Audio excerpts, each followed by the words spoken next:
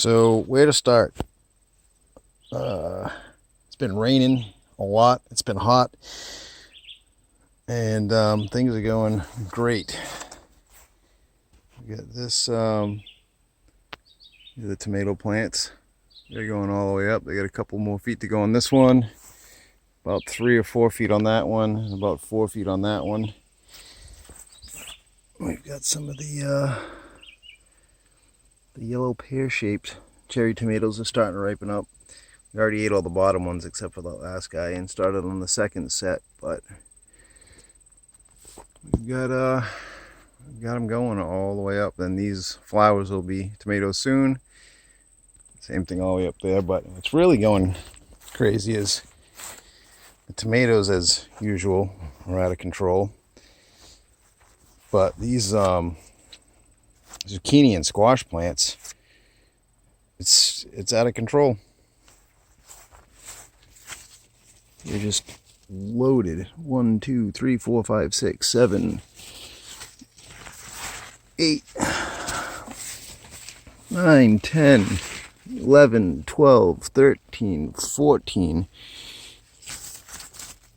15. That's all on one plant. And then the rhubarb, which these things look like potatoes a couple weeks ago, that's all coming back strong. And then the zucchini on this side, there's one there, one there, one there, one back there, one there, one there, one there. It's 1, 2, 3, 4, 5, 6. Ooh, this one's growing into the ground. Oh, that one's picked.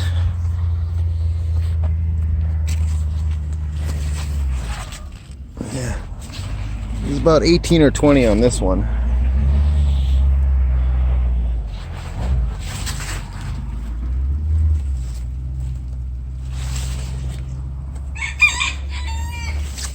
Probably time for that one to come in too. We've been, the last 2 or 3 days, we've been picking a couple of these a day.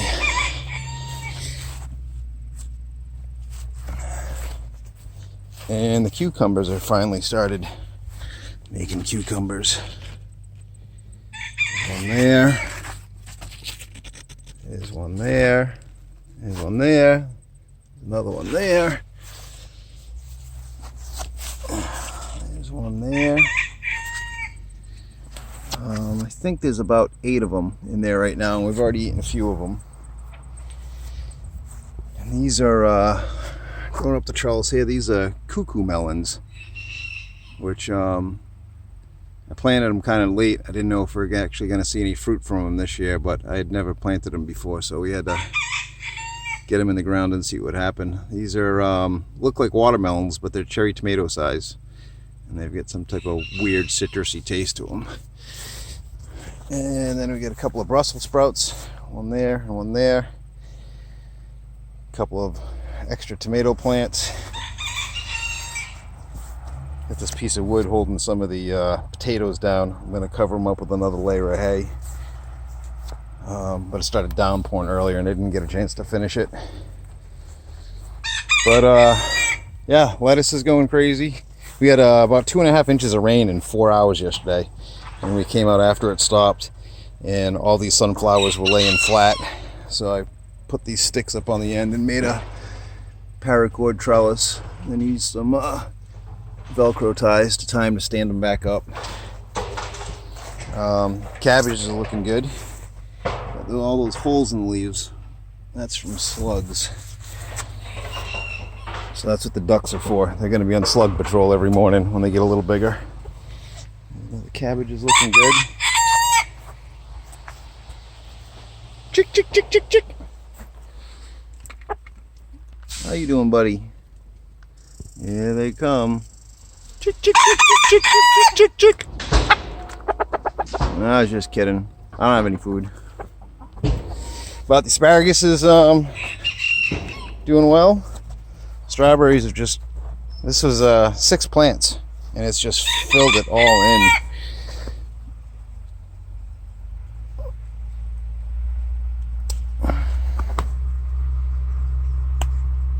There's some other ones in there.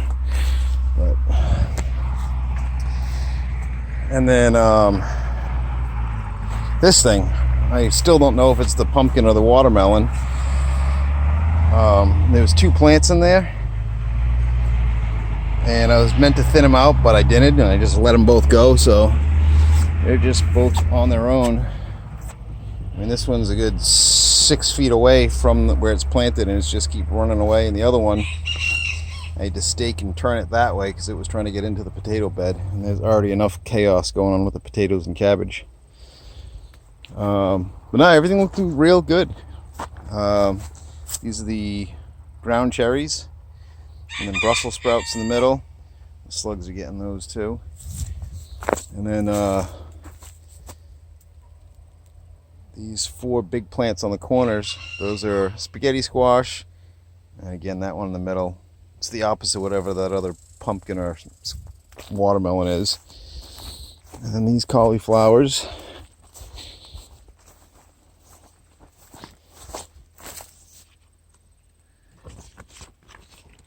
They're doing pretty good. Hey, bunnies. While we were away, we had friends checking on the bunnies, and I had moved these guys to a bigger pen, and they escaped. And our friends caught them and put them back in. And the day after we got home, they escaped again. Hey, bunnies.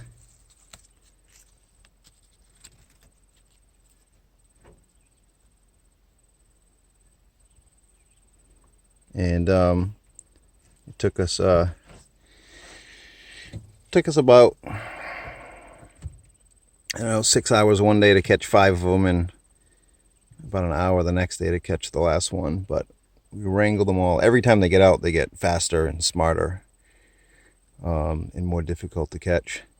The bigger pen that I put them in didn't have a mesh bottom, and this one's got a 2-inch by 4-inch wire bottom, so they can't dig out. But I figured because they had never tried digging out of it, I thought I could put them into a bigger pen without a mesh bottom.